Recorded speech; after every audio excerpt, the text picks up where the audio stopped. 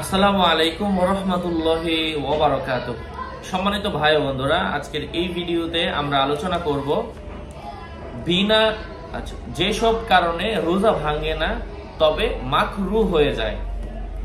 রোজা ভাঙবে না ঠিক, তবে আপনার রোজাটা মাকরু মানে অপছন্দনীয় হয়ে যাবে, এমন 14টা কারণ উল্লেখ করব এই ভিডিওতে। সাথে আছে আমি জুবায়ের ইমাম। কোরআন এবং হাদিসের আলোকে আজকে এই বিষয়গুলো আপনার জন্য আমি সাজিয়ে তুলেছি, যেন আমাদের প্রত্যেকটা রোজা আমরা হক মতো আদায় করতে পারি।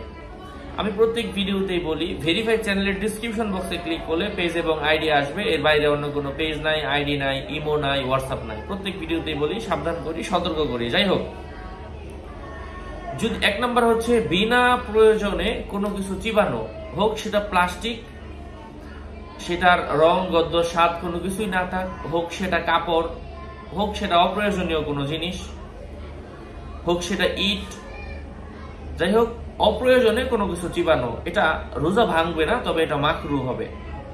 তরকারির জন্য লবণ চেখে দেয়া, তবে কোনো চাকরের মুনিব বা কোনো নারীর স্বামী বদমেজাজি হলে জিহ্বার অগ্রভাগ দিয়ে লবণ চেখে তা ফেলে দিতে একটুর অবকাশ রয়েছে। এটা হচ্ছে যাদের স্বামী বদমেজাজি তাদের জন্য।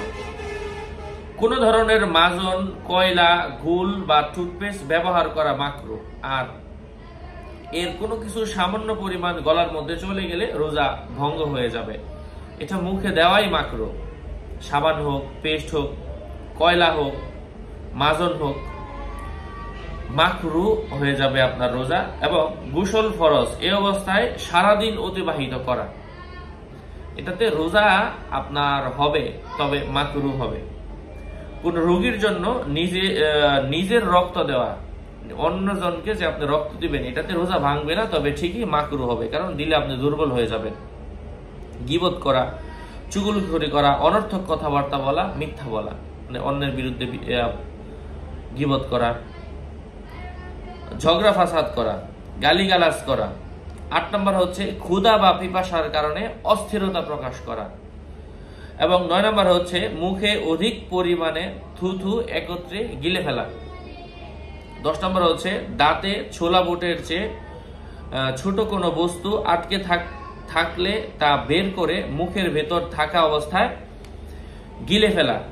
11 নম্বর হচ্ছে নিজের উপর নিয়ন্ত্রণ থাকবে না, এরূপ মনে হওয়া সত্ত্বেও স্ত্রীকে আলিঙ্গন করা, চুম্বন করা।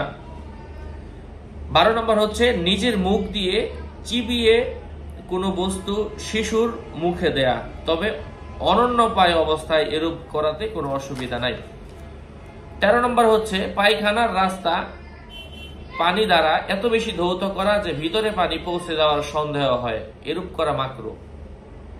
আর প্রকৃতপক্ষে পানি পৌঁছে গেলে রোজা ভঙ্গ হয়ে যাবে। তাই এক্ষেত্রে খুবই সতর্কতা অবলম্বন করা দরকার। এই জন্য রোজ অবস্থায় পানি দ্বারা ধৌত করার পর কোনো কাপড় দ্বারা বা হাত দ্বারা পানি পরিষ্কার করে ফেলার নিয়ম।